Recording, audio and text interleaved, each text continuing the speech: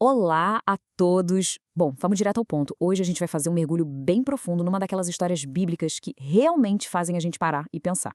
Vamos explorar juntos o capítulo 21 de 2 Crônicas, que narra, veja bem, o declínio e o fim super trágico do rei Jorão.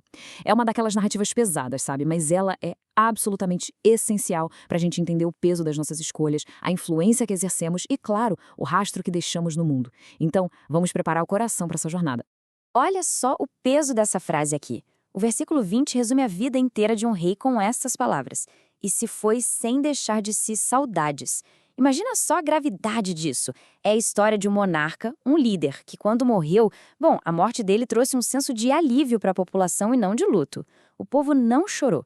Ele até foi sepultado na cidade de Davi, claro, mas a Bíblia faz questão de destacar: não foi nos sepulcros dos reis. As atitudes dele, no fim das contas, tiraram completamente qualquer direito a uma honra de um bom governante. E para a gente entender melhor o que isso realmente significa, precisamos olhar para a palavra original em hebraico, que é kenda. Essa palavra costuma ser traduzida como saudade ou aquele desejo profundo por algo precioso e amável. E isso mostra um fato fascinante da antiguidade, lá no Antigo Oriente Próximo. A forma como um rei era enterrado e a reação do povo a isso funcionava literalmente como um veredito social sobre o legado dele. Então, usar essa palavra de forma negativa para descrever a morte de Jeorão, uau, isso mostra que não tinha absolutamente nada, nada de valor na vida dele que merecesse ser lembrado. É muito triste pensar que a ausência de alguém pode ser melhor que a sua presença, não é? E aí a gente se pergunta, como é que as coisas chegam a esse ponto? Essa linha do tempo mostra bem rápido como foram esses 8 aninhos de reinado dele. Uma tragédia total. Ele assume o trono com 32 anos, logo de cara para tentar garantir o poder, sabe o que ele faz? Ele simplesmente manda matar à espada todos os seus próprios irmãos e vários príncipes de Israel. Sem piedade nenhuma, só para eliminar qualquer concorrência. Aí, alguns anos depois, ele é atingido por uma doença intestinal incurável, passa por um sofrimento indescritível e morre lá no 8º ano de governo. É assustador ver a velocidade com que ele destruiu o reino justo que seu pai tinha construído. Mas de onde veio todo esse declínio? A raiz do problema fica super clara quando a gente compara duas influências na vida dele. De um lado temos o pai dele, o rei Josafá. Ele deixou uma herança espiritual linda, de fidelidade a Deus e um reino muito próspero. Foi um exemplo brilhante. Só que, do outro lado, as alianças que o próprio Jeorão escolheu abraçar. Ele se casou com Atalia, filha do rei Acabe e de Jezabel. Essa aliança política foi o começo do fim. O coração do rei se corrompeu, ele adotou a idolatria e as práticas cruéis lá do Reino do Norte, desfazendo literalmente todo o bem que seu pai e seu avô haviam construído. Uma influência destrutiva que arrastou todo o povo. Mesmo no meio de toda essa escuridão, a gente encontra uma verdade teológica maravilhosa e muito reconfortante aqui. Jeorão rompeu violentamente o pacto que tinha com o Criador, levando todo o país ao pecado.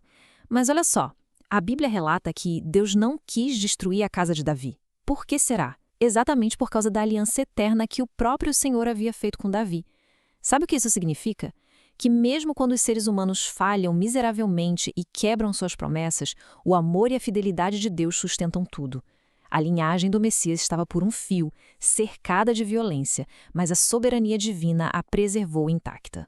Agora, não podemos esquecer que a fidelidade de Deus também inclui justiça e oportunidade de mudança. Antes que o juízo final caísse sobre o rei, Deus foi imensamente misericordioso e enviou um aviso bem severo.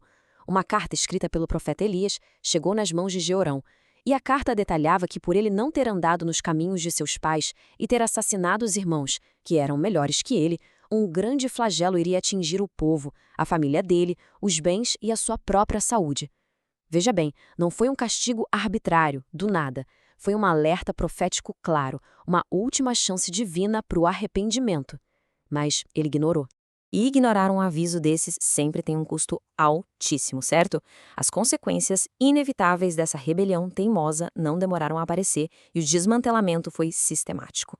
O domínio político dele começou a ruir com a revolta de Edom e Líbina. Logo depois, a segurança militar e familiar foi pelo ralo quando Deus permitiu que os filisteus e os árabes invadissem o reino.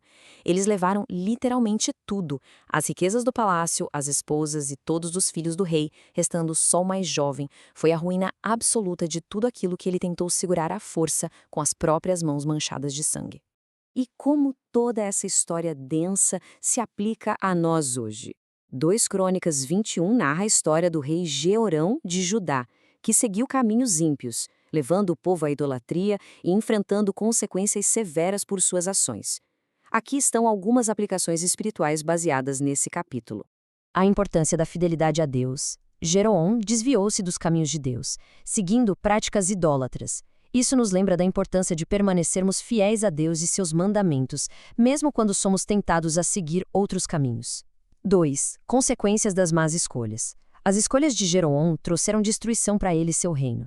Espiritualmente, isso nos ensina que escolhas contrárias à vontade de Deus podem ter consequências duradouras e dolorosas. 3. Influência espiritual. A liderança de Jeroão influenciou negativamente todo o reino. Isso destaca como nossa influência pode impactar aqueles ao nosso redor, para o bem ou para o mal. Somos chamados a ser luz e exemplo positivo em nossas comunidades. 4. Arrependimento e misericórdia. Apesar das ações de Jeroão, Deus ainda estava disposto a mostrar misericórdia se houvesse arrependimento genuíno. Isso nos lembra que nunca é tarde para voltar-se para Deus e buscar seu perdão. Essas lições nos incentivam a refletir sobre nossas vidas espirituais e buscar um relacionamento mais profundo e fiel com Deus.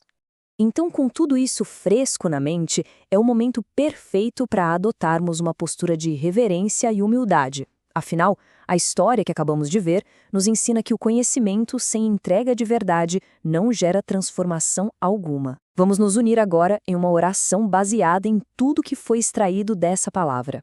Senhor Deus Todo-Poderoso, ao refletirmos sobre a história de Jeorão em 2 Crônicas 21, pedimos que nos ajudes a permanecer fiéis aos teus caminhos e mandamentos, que possamos aprender com as consequências das más escolhas e buscar sempre tua orientação em nossas decisões.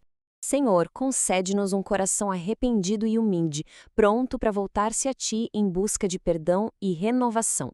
Que nossa influência seja sempre positiva, refletindo Tua luz e amor para aqueles ao nosso redor. Em nome de Jesus oramos. Amém. E para encerrarmos a nossa conversa de hoje, eu deixo esta reflexão provocativa. Qual legado nós estamos construindo hoje?